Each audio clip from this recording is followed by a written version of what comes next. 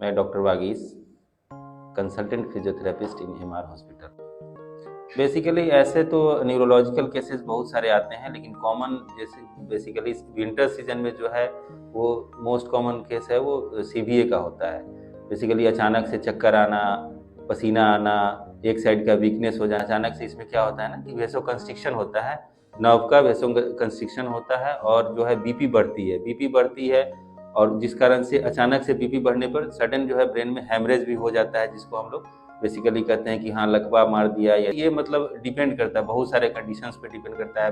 बहुत सारा होता है कि जो नॉन केस ऑफ हाइपरटेंसिव जो रहते हैं उसके साथ भी होता है। बहुत सारा है कि जिसको पता ही नहीं कि कोई बीमारी है, हमको शुगर है, चाहे मतलब चीनी का बीमारी है या हाइपरटेंशन है, जो भी दवा भी नहीं ले रहे हैं, उसको भी सडन कभी कभी अचानक से बीपी फ्लक्चुएट करता है और फिर हो जाता है। तो इसलिए अच्छा ये रहेगा कि जो भी विंटर्स में जो भी हैं गांव, खास करके गांव घर के जो भी लोग हैं, वो जो है बेसिकली थोड़ा अपने सर्दी से बचें, अपने रख रखाव खान पान में थोड़ा चेंज करें, गर्म चीज़ पहने, गर्म चीज़ खाएं और अच्छे से एक्सरसाइज वगैरह करें, क्योंकि ये सब चीज़ से तभी छुटकारा मिल सकती है। सीवीए में है कि बहुत सारा चीज़ है। सीवीए में है कि हो सकता है कि कभी कभी एक साइड का लिम्ब जाए, कभी हो सकता है सिर्फ बेसिकली सिर्फ लोअर लिम्ब जाए, कभी हो सकता है कि केवल एक लिम्ब जाए।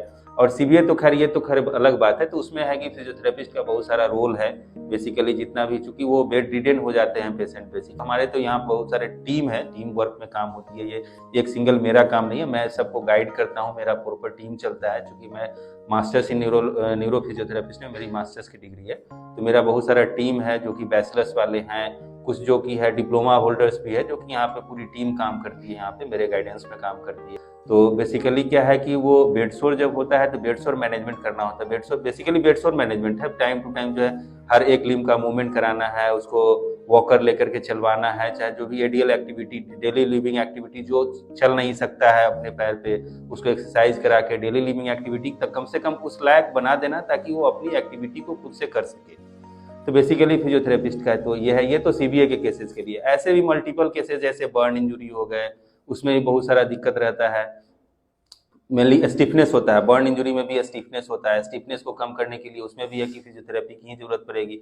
ऐसे बहुत सारे केसेज है, बेसिकली आपके ब्रेन की सर्जरी हुई किसी कारण से, मान लीजिए जो भी है एक्सीडेंटल केसेज है, जैसे ईडीएच है, एक्स्ट्रा ड्यूरल हेमरेज है, एसडीएच है, सब ड्यूरल हेमेटोमा है, या फिर और भी बहुत सारा ट्यूमर्स के केसेज हैं जो कि, और तो उसकी भी ऑपरेशन होती है, उसमें भी रिहेबिलिटेशन की जरूरत होती है। तो रिहेबिलिटेशन की जरूरत इसलिए होती है ताकि वो ऑलरेडी एक साइड जो भी इतना दिन बेड रिडेन हो सकता है कि पैर हाथ में वीकनेस ना हो उसका, लेकिन चूंकि इतना दिन बेड रिडेन रहा है, तो बेड रिडेन रहने के दौरान हो सकता है कि वो बेडसोर हो जाए उसका, तो उसमें पूरी टीम काम करती है ताकि वो बेड रिडेन ना होकर के उसको बेड पे ही उठाया बैठाया जा सके। डिपेंडेंट या जो भी डिपेंडेंट पार्ट है उसको इंडिपेंडेंट किया जाए, मोबिलाइज करके हो, चला करके हो, जैसे भी हो। इसमें फिजियोथेरेपी में भी 2-3 पार्ट है, बहुत सारा चीज, लेकिन मोस्ट कॉमन हम लोग जो है इन हॉस्पिटल जो करते हैं वो बेसिकली फिजिकल थेरेपिस्ट है, जो कि हाथ से मोबिलाइज करा कर, वॉकर से चला करके सारा कुछ।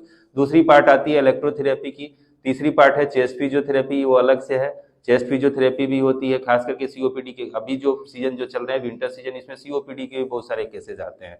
तो सीओपीडी में जो कि ब्रोंकियल आजमा, जो कि सीओपीडी बहुत पुराना है, जो सिगरेट वगैरह पीता हो गांव में, जो चीलम है और ये बीड़ी है, ये सब पीने वालों को जनरली कॉमन होता है। तो उस केसेज में है कि उसमें भी फिजियोथेरेपी का बहुत बड़ा रोल है। यहाँ पे चेस्ट फिजियो वगैरह की सुविधा है, चेस्ट फिजियो वगैरह होता है, मसाजर वगैरह जैसे भी है, उसमें भी रेस्पिरोमेट्री वगैरह करके, कफिंग करा करके जितने भी चेस्ट को क्लियर किया जाता है, तो उसमें भी बहुत बड़ा रोल है इसका।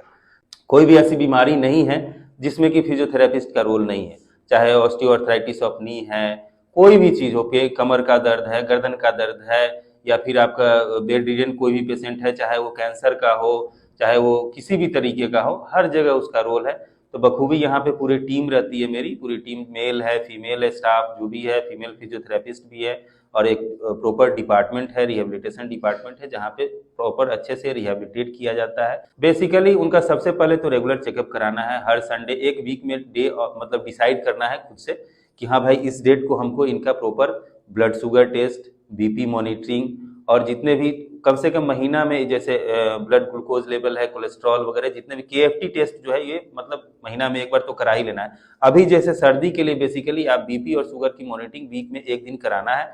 दूसरा है कि उनको गर्म कपड़े पहनाना है, आराम से। और सुबह सुबह मॉर्निंग वॉक, थोड़ा बहुत एक्सरसाइज वगैरह, अगर बहुत ज़्यादा ठंडा हो तो मॉर्निंग वॉक नहीं कराना है, अच्छे से एक्सरसाइज कराना है घर में ही ट्रेन करा करके, और अच्छे से खाना खिलाना है और प्रॉपर हाइड्रेशन देना है।